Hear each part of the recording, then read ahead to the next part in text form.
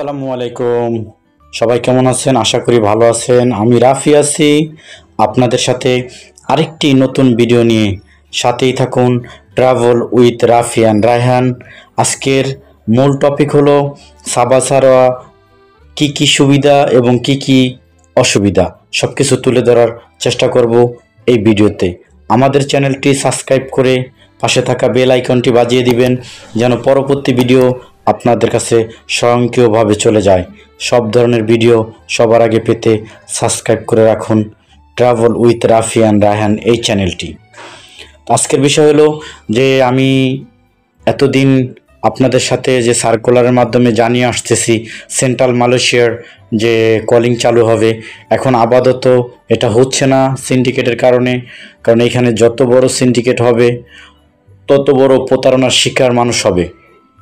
So macam-macam ada hal, so semua be careful, সাপ্পা না দেতাং, সব কিছুই গুরুত্ব সহকারে দেখে আসতে হবে। বি কেয়ারফুলভাবে কাজ করতে হবে এবং কেউ যেন কোনো প্রতারণার শিকার না হয় এইগুলা মাথায় রেখেই আপনার যেখানেই ফাইল জমা দেন না কেন আমার থেকে আপনাদের প্রতি পরামর্শ থাকবে যে একবারে 5 বার ভেবে তারপরে আপনার ফাইলটা জমা দিবেন। লোভনীয় কোনো কথায় পড়বেন না। সেন্ট্রাল নিয়ে যত ধরনের লোভনীয় অফার আছে সেইগুলা খুব মনমুগ্ধকর ভাবে বলে থাকে, যেরকম ফ্রি ভিসা, তারপর হচ্ছে ডাইরেক্ট কোম্পানি তোমার বেতন পাইবা 3,000 থেকে 4,000, বেতন দিয়ে দিবে 1 তারিখে, এয়ার কন্ডিশনের ভিতরে কাজ করবা, শুধু ফ্যাক্টরির ভিতরে প্যাকেট বাস করবা আর তোমার কোনো কাজ নাইকা। এই যে বিভ্রান্তমূলক মনে করেন লোভনীয় কথাগুলো, এইগুলার ভিতরে যত ধরনের ভেজাল। আর সেন্ট্রাল মালয়েশিয়া রেখে সাবা সারোয়ার যে প্রদেশ আছে এখানে লোভনীয় অফার দেওয়ার সম্ভাবনা কম, কারণ এখানে সবাই প্রবেশ করতে পারে না কাজের জন্য। ডিমান্ড লেটার সবাই দক্ষতা এবং পিসের ব্যাকগ্রাউন্ড ভালো না থাকলে এইখানে ডিমান্ড লেটার সবাই নিতে পারে না। গত 2022 সালে নভেম্বর মাসে আমি 30 জন শ্রমিক পাঠাইছি, তারা খুবই ভালো আছে। আমি তাদের যে সুনাম এবং তাদের যে প্রশংসা শুনেছি, মালয়েশিয়া সেন্ট্রাল মালয়েশিয়াতে আমি 250 থেকে 300 শ্রমিক পাঠায়ও সেই ধরনের সুনামের ভাগ্য আমার হয়নি।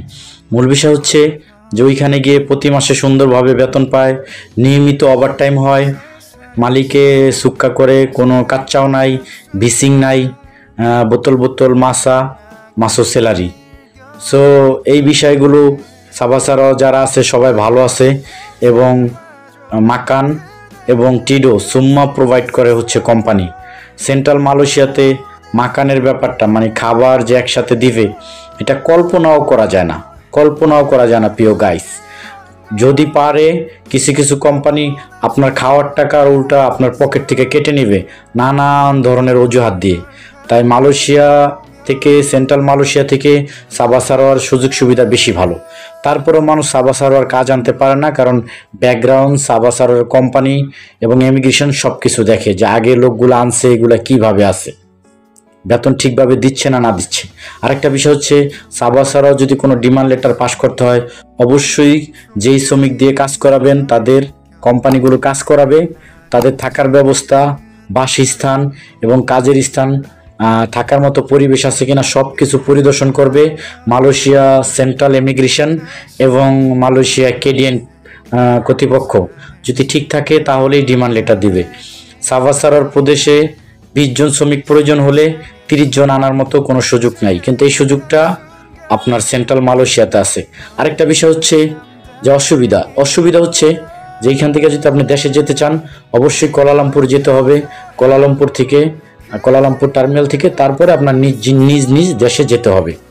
এছাড়া আপনি যদি অতিরিক্ত বিলাসিতা ভোগী একজন মানুষ হন, বিলাসিতার যেরকম ডিস্কো, তারপর হচ্ছে মদের দোকান, অন্যান্য বিলাসিতার জিনিসগুলো এখানে একটু কম আছে কিন্তু একটু দূরে, আর সেন্ট্রাল মালয়েশিয়াতে অ্যাভেলেবেল।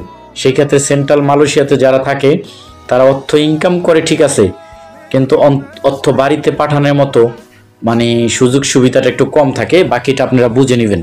মাচাম আডা মালয়েশিয়া, লিমাপুলু মিয়া কাম্পুং মালয়েশিয়া, কালাও বাগি লিমাপুলু বলে দেপ্পাট মাচাম।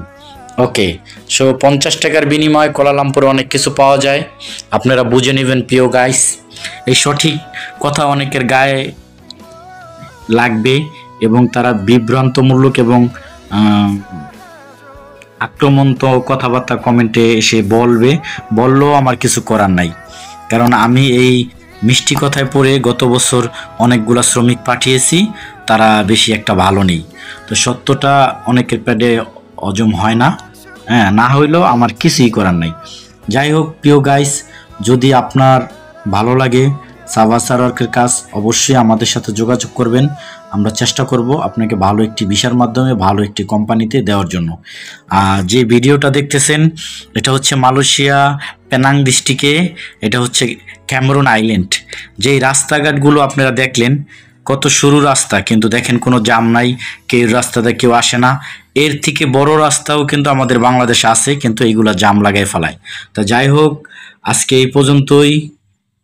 ভালো থাকবেন। পরবর্তী ভিডিও নিয়ে আমি রাফি থাকবো আপনাদের সাথে। আরও নিত্য নতুন ভিডিও পাওয়ার জন্য আমাদের চ্যানেলটি সাবস্ক্রাইব করতে ভুলবেন না। আসসালামু আলাইকুম। তেরমা কাসি, জুম্পা লাগি।